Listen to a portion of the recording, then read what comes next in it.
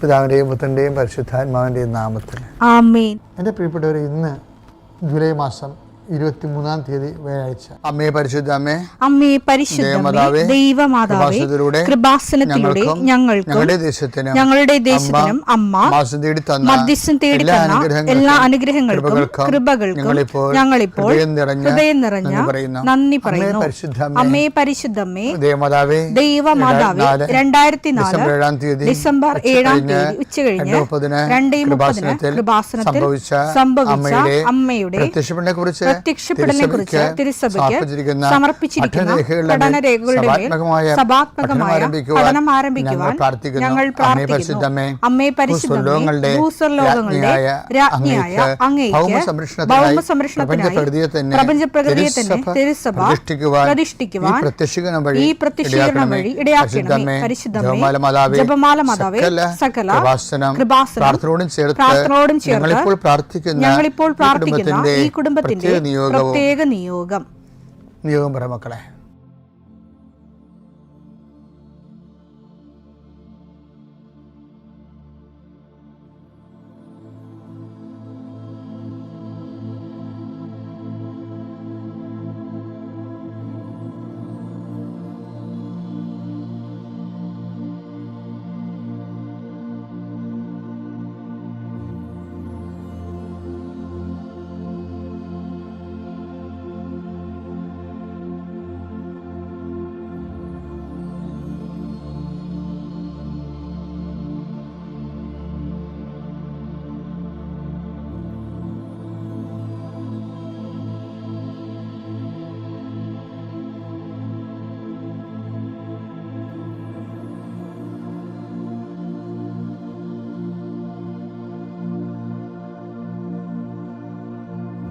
അമ്മയുടെ പ്രത്യക്ഷീകരണത്തിന്റെ ഈ അനുഗ്രഹവേളയിൽ ഞങ്ങൾക്ക് സാധിച്ചു തരുവാൻ കനിയണമേ.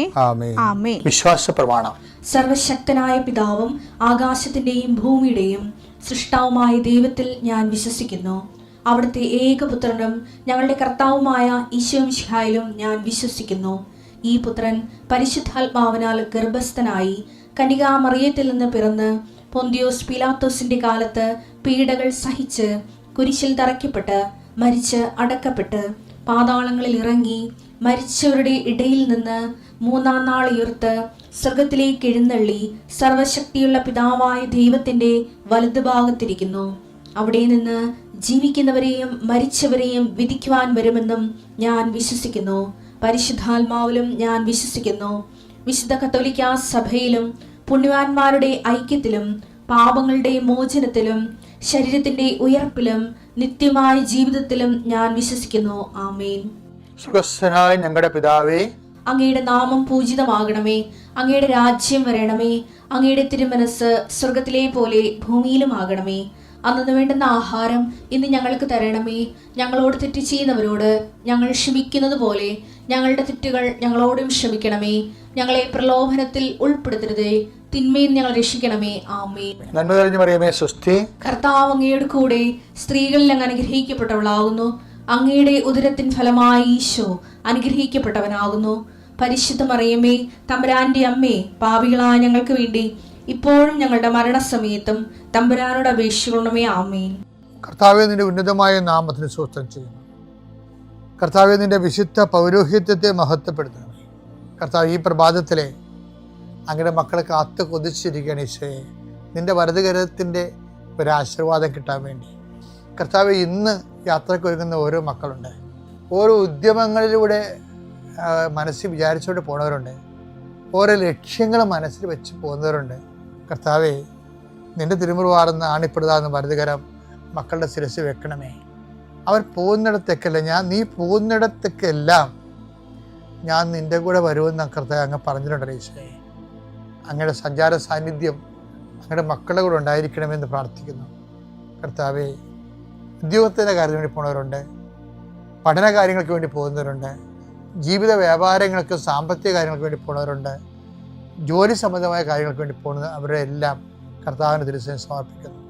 ടെസ്റ്റ്, ഇൻ്റർവ്യൂ, പരീക്ഷ, അതുപോലെ ഏജൻസി, ക്രയവിക്രയങ്ങൾ, ജീവിതമാർഗങ്ങൾ, വിദൂര യാത്രകൾ,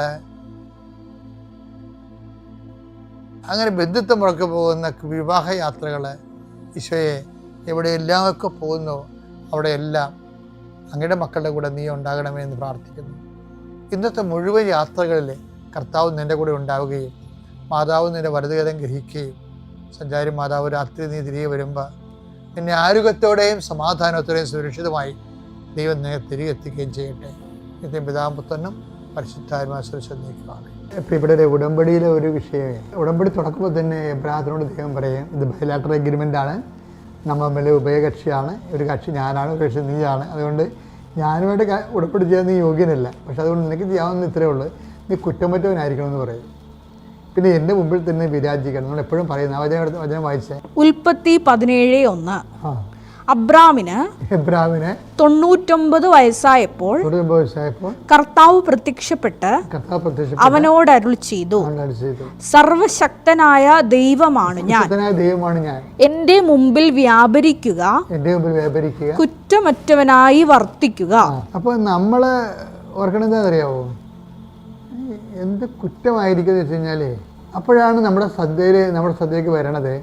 ഞാനിത് ദൈവത്തോടും ചോദിച്ചിട്ടുള്ള ചോദ്യമാണ്, ദൈവമേ എന്ത് കുറ്റമാണ് ഉദ്ദേശിക്കുന്നത്? കൽപ്പനപരമായ കുറ്റമാണോ? 10 കൽപ്പനയല്ല ദൈവം തന്നിരിക്കുന്ന വചനം. ആ വചനത്തിന്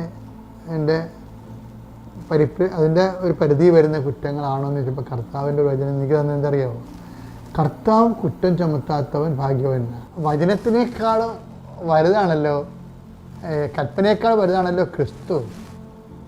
അപ്പം കർത്താവ് കുറ്റം ചുമത്താത്തവൻ ഭാഗ്യവാൻ. അവനെടുത്ത് റോമൻ 4:8 കർത്താവ് കുറ്റം ചുമത്താത്തവൻ ഭാഗ്യവാൻ. കർത്താവ് കുറ്റം ചുമത്താത്തവൻ ഭാഗ്യവാൻ. ഇത് പഴയ നിയമത്തിൽ റെഫറൻസാണ് ഉള്ളത്, പക്ഷെ പൗലോസ് അപ്പോസ്തലൻ കോട്ട് ചെയ്തിരിക്കുന്ന കാരണം പുതിയ നിയമത്തിൻ്റെ പരിപ്രേക്ഷ്യത്തിലെ ഈശോയാണ് കർത്താവ്. ഈശോ കുറ്റം ചുമത്താത്ത ആളാണ് ഭാഗ്യവാൻ എന്ന് പറയണത്. ഈശോ കുറ്റം ചുമത്താത്ത ആളെന്ന് പറയുമ്പോൾ നമ്മുടെ പഴയ നിയമത്തിലെ 10 കൽപ്പനയല്ല അത് ശരിക്കും പറഞ്ഞാൽ. ഈശോ നമ്മളുടെ ഒരു ദൈവ പൈതലായിട്ട് ഈശോയുടെ മുമ്പിലുള്ളത് ആരാണെന്ന് അറിയാമോ? ദൈവ പൈതലാവുള്ളത്. ദൈവ പൈതങ്ങൾക്ക് കൊടുത്തിരിക്കുന്ന കൽപ്പനകളാണ് ഈശോയുടെ എല്ലാ വചനങ്ങളും. അപ്പം നിങ്ങളോട് ശണ്ട കൂടി, അതാണ് ഈശോ, ഒരു കർണത്തടിക്കുന്നവന് മറുകർണം കാണിച്ചു കൊടുക്കാന്നൊക്കെ പറഞ്ഞത് എന്താണ്? നിങ്ങളോട് ശണ്ട കൂടി ഉടുപ്പ് കരസ്ഥമാക്കാൻ ഉദ്ദേശിക്കുന്നവരോടും അവരുടെ സ്നേഹം നീ കളയരുത് എന്നാണ് ഉദ്ദേശിച്ചത്. നിന്നെ ഉപദ്രവിച്ചാലും നിൻ്റെ സ്നേഹം നശിച്ചു പോകരുത്. അപ്പൊ അതാണ് ആ വചനം എടുത്തേ, മത്തായി 5:39. എന്നാൽ ഞാൻ നിങ്ങളോട് പറയുന്നു, ദുഷ്ടനെ എതിർക്കരുത്, വലത് കർണത്തടിക്കുന്നവന്. അപ്പൊ ദുഷ്ടനെ എതിർക്കരുത് എന്ന് പറഞ്ഞിട്ട് അപ്പൊ പഴയ നിയമത്തിൽ നിന്നൊക്കെ ഒത്തിരി മാറി. അതാണ് കർത്താവ് എന്ന് പറയണത്. പിന്നെ എന്താണ് ആ ദുഷ്ടനെ എതിർക്കരുതെന്ന് പറഞ്ഞിട്ട് പിന്നെ പറയണത് അറിയാവോ? നിന്റെ വലത് കർണത്തെ അടിക്കുന്നവനെ മറ്റേ കരണം കൂടി കാണിച്ചു കൊടുക്കുക എന്ന് വെച്ച് കഴിഞ്ഞാൽ അതിൻ്റെ അർത്ഥം എന്താണ്? കരണം കൂടി ഇല്ലാന്നില്ല അതിൻ്റെ അർത്ഥം.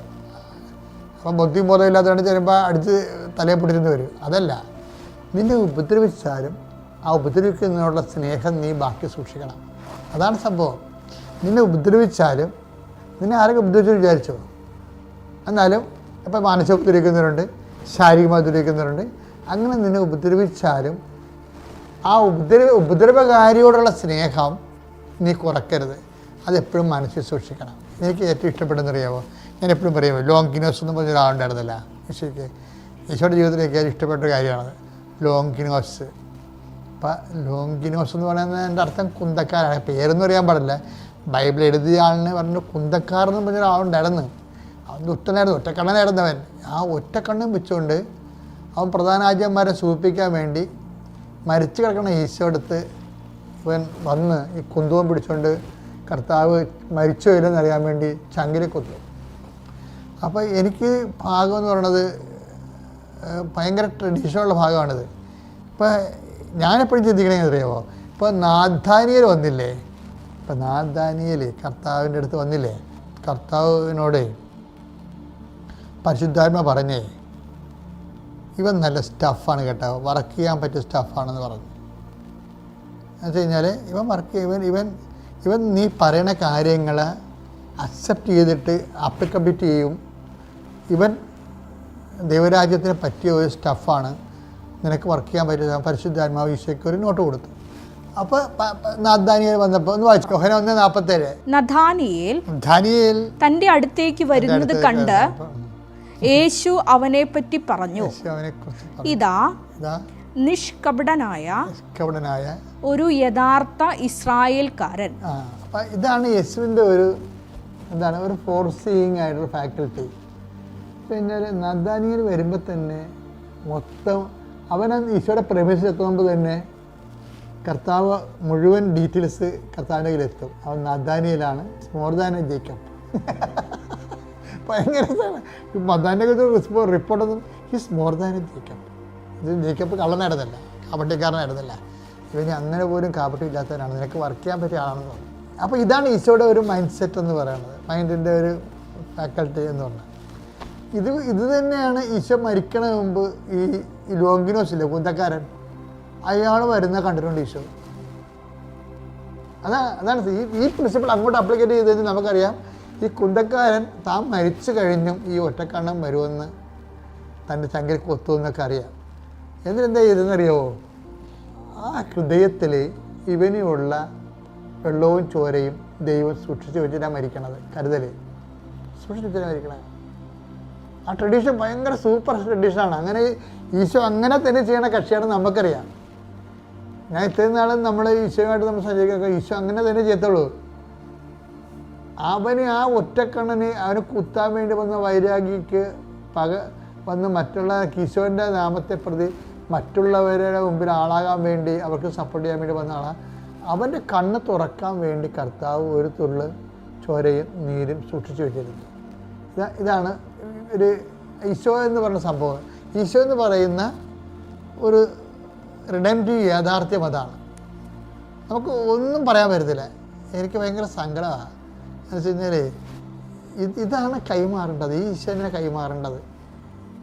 അല്ലാതെ നമ്മൾ ടെക്നിക്കൽ ഡോക്യുമെൻറ്റുകളൊക്കെ കൈമാറി കഴിഞ്ഞാൽ കുഴപ്പം അറിയാമോ? ആ ഒരു അക്കാഡമിക് ലെവലിൽ മാത്രമേ സുവിശേഷ വേല നടക്കത്തുള്ളൂ. നമ്മൾ വല്ല ഡോക്യുമെൻറ്റും താഴേക്ക് വരികയും അത് ആരെങ്കിലും രക്ഷിച്ച് നമ്മളെ ആൾക്കാരെ അതിലേക്ക് ആഗ്രഹിച്ചിട്ട് ഒരു കുഴപ്പമില്ല. പക്ഷേ സഭയുടെ അച്ചടക്കത്തിനും അതുപോലെ തന്നെ നമ്മുടെ വിശ്വാസത്തിൻ്റെ ഭദ്രതയ്ക്കും അതെല്ലാം ആവശ്യമാണ്. അത്യാവശ്യമാണ്. പക്ഷേ ഞാൻ പറഞ്ഞു വരുന്നതിൻ്റെ കാരണം വെച്ച് കഴിഞ്ഞാൽ ഈശോയെ ഈ കാലത്തുള്ള ആൾക്കാർ എങ്ങനെ ഈശോയെ കണക്ട് ചെയ്യണം, ആ കണക്ട് ചെയ്യണത് ഈ ഈശോയുടെ ഈ ബിഹേവിയറുണ്ട്. അത് ശരിക്കും നമ്മൾ ഇങ്ങനെ തുറന്നു വെക്കേണ്ടതാണ്. അതായത് ഇതിങ്ങനെ കരുതി വെച്ചിട്ടാണ്. അതാണ് ഈശോ ഈ നിൻ്റെ ഒരു കരണത്തെ അടിക്കുന്നത് മരണകാരണം കാണിച്ചു കൊടുക്കുമെന്ന് പറയുമ്പോൾ അതിൻ്റെ അർത്ഥം കരണം കാണിക്കാൻ വേണ്ടി തലയെ കൊണ്ടിരുന്ന എല്ലാ അർത്ഥം എന്താണ്? നിന്നെ ദ്രോഹിച്ചാൽ പോലും അവനോടുള്ള സ്നേഹം നീ മരിച്ചാലും നിൻ്റെ മനസ്സിലുണ്ടാകണം.